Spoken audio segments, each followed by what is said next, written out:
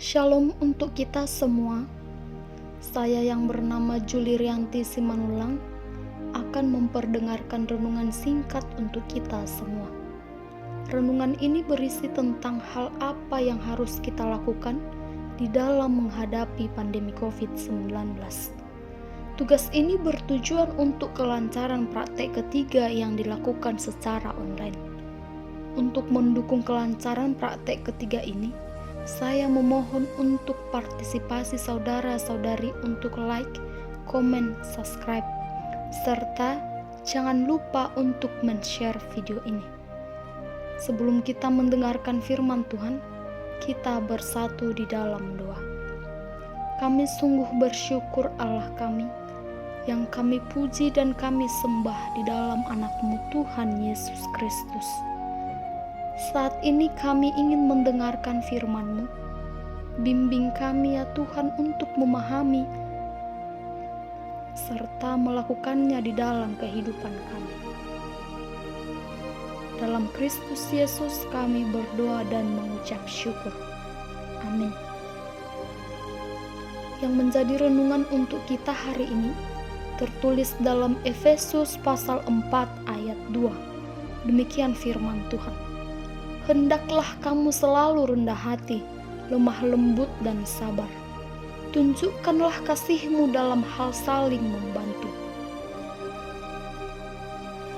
Kitab Efesus merupakan surat Paulus yang ditujukan kepada jemaat di Efesus. Surat Paulus ini dalam pasal keempat merupakan surat yang mendorong jemaat Kristus yang ada di Efesus untuk hidup bersatu dan melayani seluruh tubuh Kristus dengan memanfaatkan karunia-karunia khusus yang telah diberikan Roh Kudus kepada mereka. Dan melalui surat Paulus dalam pasal 4 merupakan nasihat yang diberikan oleh Paulus agar hubungan antar warga memiliki hidup sebagai anak-anak terang yang memerangi kejahatan dengan memiliki hidup yang selalu rendah hati, lemah lembut, dan sabar, serta menunjukkan kasih dengan sikap yang saling membantu.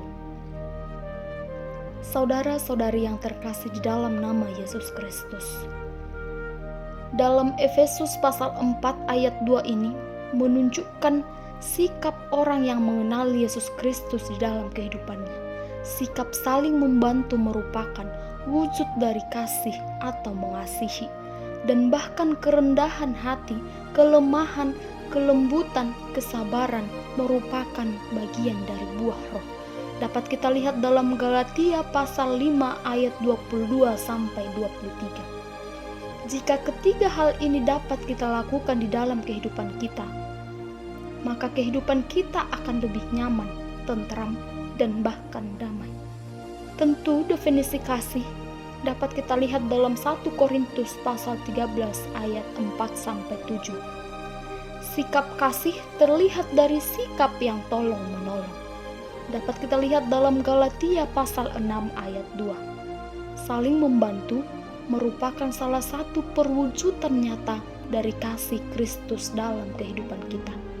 Sikap kasih sangat penting kita tunjukkan di dalam kehidupan kita. Dalam Yohanes pasal 13 ayat 34 menjelaskan kepada kita bahwa seharusnya kita tidak boleh hanya mengasihi diri sendiri, dan Yesuslah yang menjadi cerminan kasih bagi kita. Saudara-saudari yang terkasih di dalam nama Yesus Kristus, melalui surat Paulus kepada jemaat Efesus mengingatkan kita untuk saling membantu dalam menghadapi pandemi COVID-19 yang tidak asing lagi dalam kehidupan kita. Memang benar, semua orang mengalami dampak pandemi COVID-19. Tetapi, kiranya setiap orang juga memiliki sikap saling membantu dalam menunjukkan kasihnya kepada sesama. Kiranya orang yang kuat dapat membantu orang yang lemah. Kiranya orang yang kaya bisa membantu orang yang miskin, yang mengalami penderitaan, yang sangat sulit untuk mendapat makanan dan minuman. Bahkan dengan tidak menaikkan harga masker secara drastis juga sangat membantu masyarakat di medis, bahkan pemerintah sekalipun. Karena masker menjadi kebutuhan masyarakat dalam kehidupannya. Tindakan saling membantu dapat kita tanamkan di dalam hati kita, di dalam kehidupan kita. Kiranya kita semua dapat mengulurkan kasih kepada orang lain dan dapat menjadi berkat bagi orang lain, terkhususnya bagi orang yang membutuhkan. Kiranya renungan ini dapat bermanfaat bagi kita dan dapat kita aplikasikan di dalam kehidupan kita. Amin.